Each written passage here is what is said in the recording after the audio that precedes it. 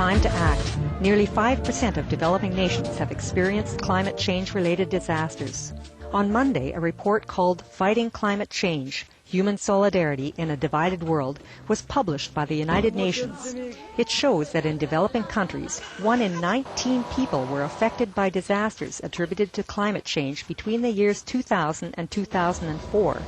But the same was true in the developed world for only 1 per 1,500 people. The report also found that children born in developing countries during a drought are 41% more likely to experience stunted growth and 36% more likely to be malnourished than other children. Thank you, United Nations, for showing us the devastating effect climate change is already having on developing nations. We pray that all the world's people will cooperate in unified efforts to minimize global warming.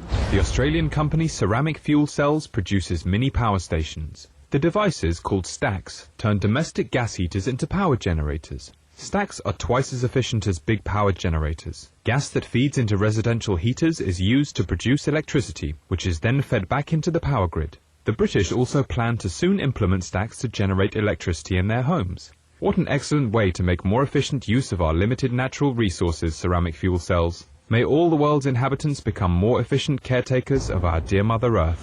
U.S. environmentalists present an alternative to coal-fired power plants. With a goal of stopping the proposed construction of a new coal-fired plant in Kentucky, 3 NGOs, the Kentucky Energy Foundation, Kentuckians for the Commonwealth, and the Sierra Club have proposed an alternative plan featuring renewable energy and conservation. The group said that an annual $11 million investment in renewables and conservation techniques would eliminate the need for a new power plant. Our appreciation, eco-conscious Kentuckians, for standing up for the environment. We wish the best for your local power in going green for the good of all. Animal Aid recommends vegan diet to ease hunger in developing nations. After the UN's World Food Programme announced that, due to rising costs of food, it may no longer be able to feed the world's vulnerable people, Animal Aid encouraged eating a vegan diet to alleviate world hunger. They highlight a UN World Food Council report estimating that if 10 to 15% of cereals currently fed to livestock went to people, it would eliminate hunger throughout the world.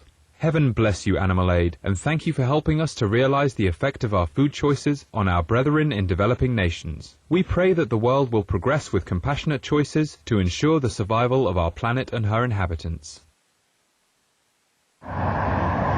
Energy giant buys wind power company and creates green subsidiary.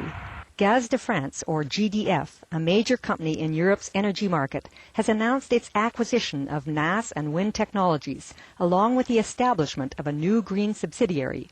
The subsidiary, called GDF Future Energies, is expected to build on this first adoption of wind power technology and develop even more sustainable energy solutions. Bravo, Gaz de France, for embracing green technology and growth. May God bless your endeavors with prospering success. World Bank offers advice on sustainable forestry. The World Bank has issued the Forest's Sourcebook to give practical guidance on issues surrounding forestry work.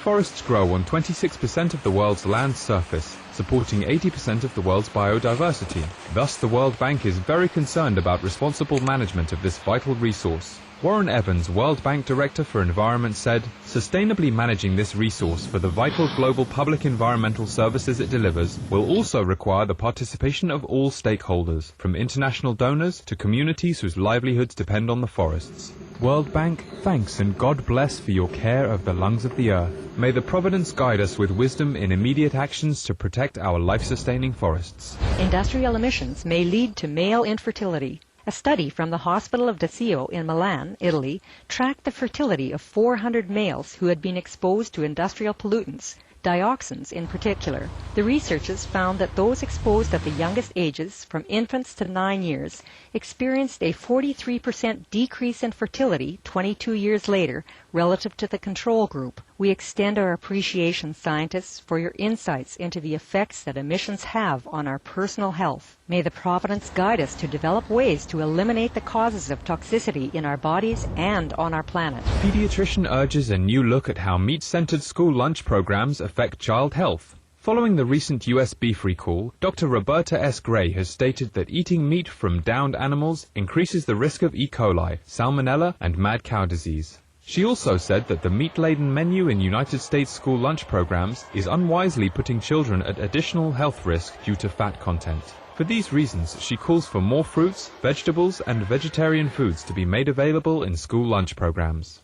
Our deep gratitude, Dr. Gray, for your concerned voice to protect the young people. We pray that schools worldwide will consider vegetarian fare to maintain the health of the students and safeguard the lives of animals. Canadian authorities confirm new case of mad cow.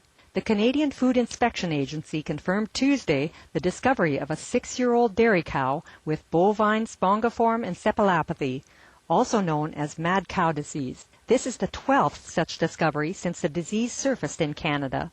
The agency said it expects to find more cases as Canada works to eliminate it. Eating meat products with mad cow disease-infected tissue is linked to a brain-wasting condition known as Creutzfeldt-Jakob disease. Many thanks, Canadian Food Inspection Agency, for making us aware of these alarming findings. For our health and that of the planet, may all humans switch to a compassionate and life-affirming diet.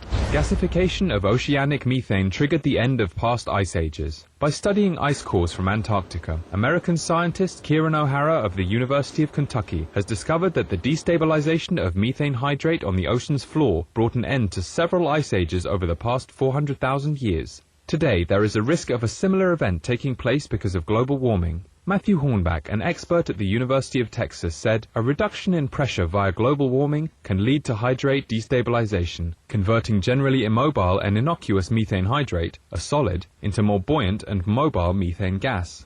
A big thank you, Drs. O'Hara and Hornback, for alerting us to the very real dangers posed by global warming. With heaven's grace, we pray for actions now to minimize the effects of climate destabilization and preserve our precious jewel, Mother Earth. A 4-year-old girl from the southern province of Minya has become the 44th human to contact avian influenza in Egypt. Animal rights groups consider legal action against the Canadian province of Nova Scotia to prevent seal hunting on the protected Hay Island.